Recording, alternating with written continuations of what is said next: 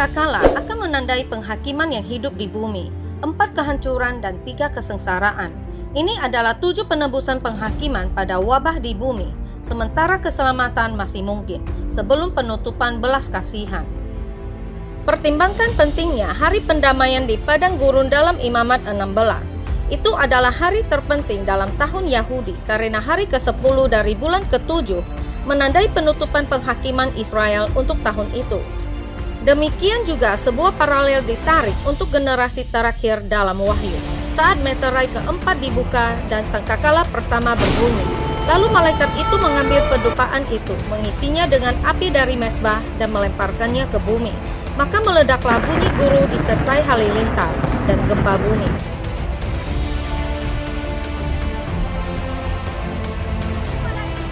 Lalu malaikat yang pertama meniup sangkakalanya, dan terjadilah hujan es dan api bercampur darah, dan semuanya itu dilemparkan ke bumi. Maka terbakarlah sepertiga dari bumi dan sepertiga dari pohon-pohon, dan hanguslah seluruh rumput-rumputan hijau. Lalu malaikat yang kedua meniup sangkakalanya, dan ada sesuatu seperti gunung besar yang menyala-nyala oleh api dilemparkan ke dalam laut, dan sepertiga dari laut itu menjadi darah, dan matilah sepertiga dari segala makhluk yang bernyawa di dalam laut, dan binasalah sepertiga dari semua kapal. Besarnya dampak ini juga akan mengirim gelombang menderu ke garis pantai secara besar-besaran, mempengaruhi kota-kota di pesisir, mungkin menghapusnya dari peta. Lalu malaikat yang ketiga meniup sangkakalanya, dan jatuhlah dari langit sebuah bintang besar, menyala-nyala seperti obor, dan ia menimpa sepertiga dari sungai-sungai dan mata-mata air. Nama binatang itu ialah Absinthus, dan sepertiga dari semua air menjadi Absinthus, dan banyak orang mati karena air itu, sebab sudah menjadi pahit.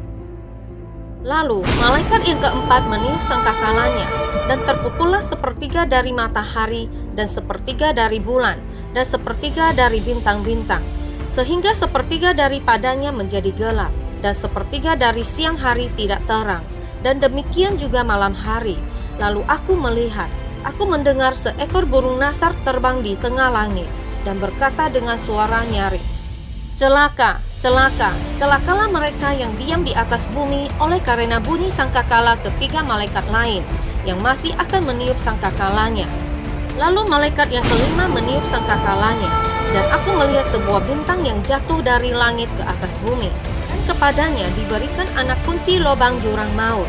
Maka dibukanyalah pintu lobang jurang maut itu, lalu naiklah asap dari lobang itu bagaikan asap tanur besar, dan matahari dan angkasa menjadi gelap oleh asap lobang itu. Dan dari asap itu berkeluarkanlah belalang-belalang ke atas bumi, dan kepada mereka diberikan kuasa sama seperti kuasa kalajengking-kalajengking di bumi. Dan kepada mereka dipesankan supaya mereka jangan merusakkan rumput-rumput di bumi, atau tumbuh-tumbuhan, atau pohon-pohon, melainkan hanya manusia yang tidak memakai meterai Allah di dahinya. Pada sangkakala kelima, Lucifer dan para malaikatnya dilepaskan dari neraka, dan menyiksa mereka yang tidak memiliki materai Tuhan di dahi mereka.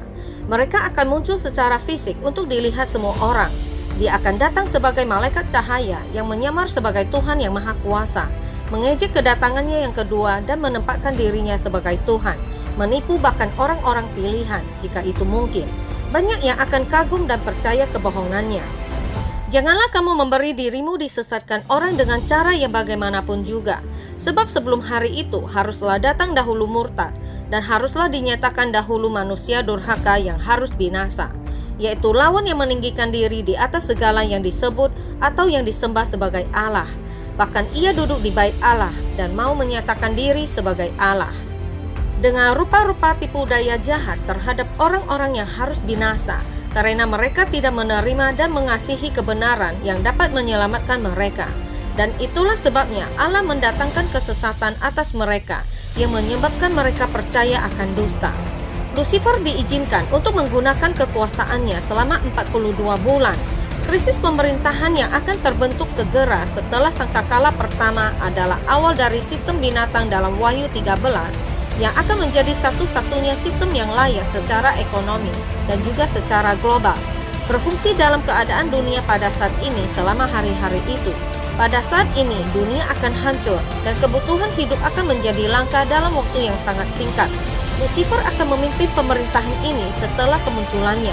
Fondasi telah diletakkan di panggung yang ditetapkan untuk acara yang akan diikuti. Dia akan menerapkan tanda binatang, janji kesetiaan untuk semua orang yang ingin membeli atau menjual, dan hidup secara berkelanjutan untuk waktu yang singkat. Dan ia menyebabkan sehingga kepada semua orang, kecil atau besar, kaya atau miskin, merdeka atau hamba, diberi tanda pada tangan kanannya atau pada dahinya, dan tidak seorang pun yang dapat membeli atau menjual selain daripada mereka yang memakai tanda itu, yaitu nama binatang itu atau bilangan namanya. Yang penting di sini ialah hikmat. Barang siapa yang bijaksana, baiklah ia menghitung bilangan binatang itu, karena bilangan itu adalah bilangan seorang manusia, dan bilangannya ialah 666. Karena itu adalah angka seorang pria, dan angkanya adalah 666. Dan seorang malaikat lain, malaikat ketiga, menyusul mereka, dan berkata dengan suara nyaring, jikalau seorang menyembah binatang dan patungnya itu, dan menerima tanda pada dahinya atau pada tangannya, maka ia akan minum dari anggur murka Allah yang disediakan tanpa campuran dalam cawan murkanya, dan ia akan disiksa dengan api dan belerang di depan mata malaikat-malaikat kudus dan di depan mata anak domba. Lalu malaikat yang keenam meniup sangkakalanya, dan aku mendengar suatu suara keluar dari keempat tanduk mezbah emas yang di hadapan Allah, dan berkata kepada malaikat yang keenam yang memegang sangkakala itu, lepaskanlah keempat malaikat yang terikat dekat sungai besar Efrat itu. Maka dilepaskanlah keempat malaikat yang telah disiapkan bagi jam dan hari, bulan dan tahun untuk membunuh sepertiga dari umat manusia. Dan jumlah tentara itu ialah 20.000 laksa pasukan berkuda. Aku mendengar jumlah mereka. Lalu malaikat yang ketujuh meniup sangkakalanya, dan terdengarlah suara-suara nyaring di dalam surga. Katanya, pemerintahan atas dunia dipegang oleh Tuhan kita, dan Dia yang diurapinya. Dan ia akan memerintah sebagai raja sampai selama-lamanya. Dan ke-24 tua-tua yang duduk di hadapan Allah di atas tahta mereka tersungkur dan menyembah Allah, sambil berkata, kami mengucapkan syukur kepadamu ya Tuhan, Allah yang Maha Kuasa yang ada dan yang sudah ada, karena Engkau telah memangku kuasamu yang besar, dan telah mulai memerintah sebagai raja, dan semua bangsa telah marah. Tetapi amarahmu telah datang dan saat bagi orang-orang mati untuk dihakimi, dan untuk memberi upah kepada hamba-hambamu, nabi-nabi dan orang-orang kudus, dan kepada mereka yang takut akan namamu, kepada orang-orang kecil dan orang-orang besar, dan untuk membinasakan barang siapa yang membinasakan bumi. Maka terbukalah bait suci Allah yang di surga, dan kelihatanlah tabut perjanjiannya di dalam bait suci itu, dan terjadilah kilat dan deru burung, dan gempa bumi dan hujan es lebat. Yesus memecahkan meterai keempat dan memulai kesengsaraan besar atas dunia dengan membunyikan sangkakala. Peringatan penghakiman ini jatuh sebagai tanggapan atas kejahatan, kemerosotan, dan kekerasan hati kita yang tidak terkendali. Apabila engkau memberitahukan kepada bangsa ini segala perkataan itu, dan mereka berkata kepadamu, mengapakah Tuhan mengancamkan segala malapetaka yang besar ini terhadap kami? Apakah kesalahan kami dan apakah dosa yang telah kami lakukan terhadap Tuhan Allah kami? Seperti sangkar menjadi penuh dengan burung-burung, demikianlah rumah mereka menjadi penuh dengan tipu. Itulah sebabnya mereka menjadi orang besar dan kaya, orang gemuk dan gendut.